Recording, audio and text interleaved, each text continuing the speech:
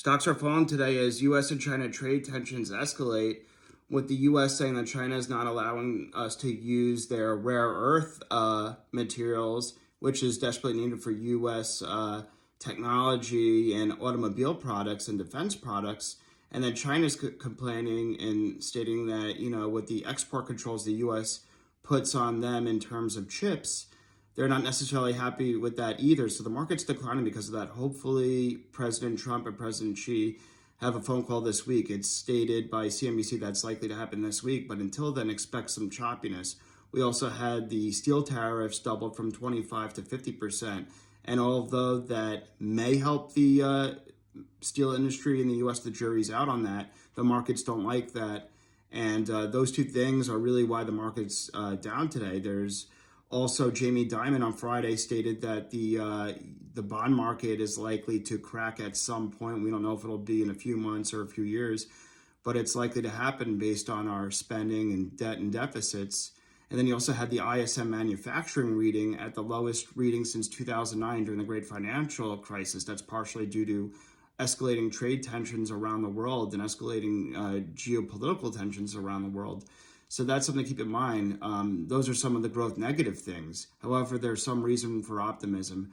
This was the best May in 30 years for the S&P 500 and the best month in general for the market since November 2023. We had so much fear and deleveraging in April that Tom Lee thinks, and I also kind of agree with him, that a new bull market emerged in April. We have more certainty now than February when the prior all-time highs happened.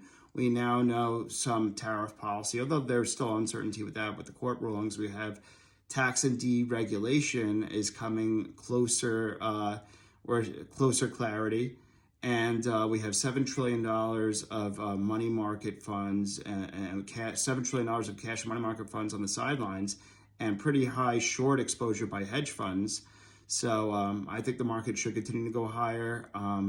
So we'll see. At my $6,500 call by year end still stands. And last week we heard about this taco trade of Trump always chickens out. Well, that's not necessarily always the case, and too bad it isn't always true.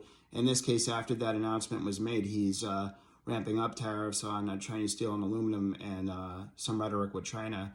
So we have to watch that. And I also want to talk about Geo3 from Google. This was a major announcement they made in their keynote speech in their event the other week. It's VO3 is their video platform. It's AI, and you just prompt it, and it can pretty much give you really realistic, like a movie. It's only 8 seconds, but it proves the need for GPU chips. Right now you could only get that capability if you pay Google monthly for their services.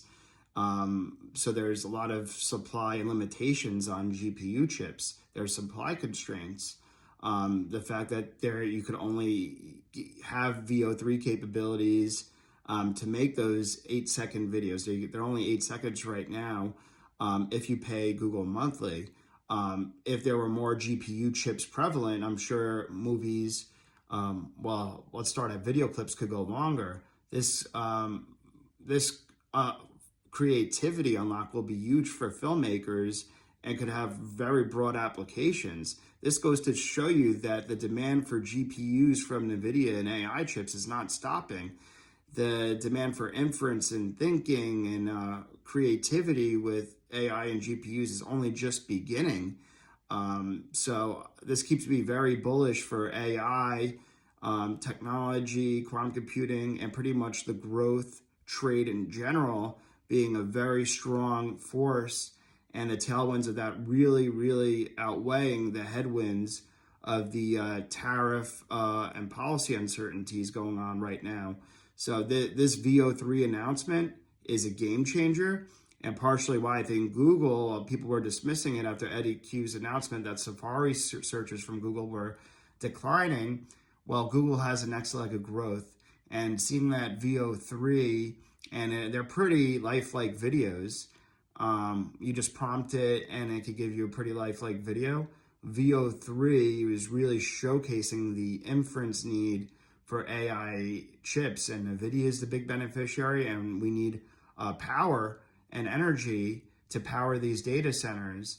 So energy and infrastructure trade and nuclear is going to be very strong for the next 5 years, perhaps decade, in my opinion.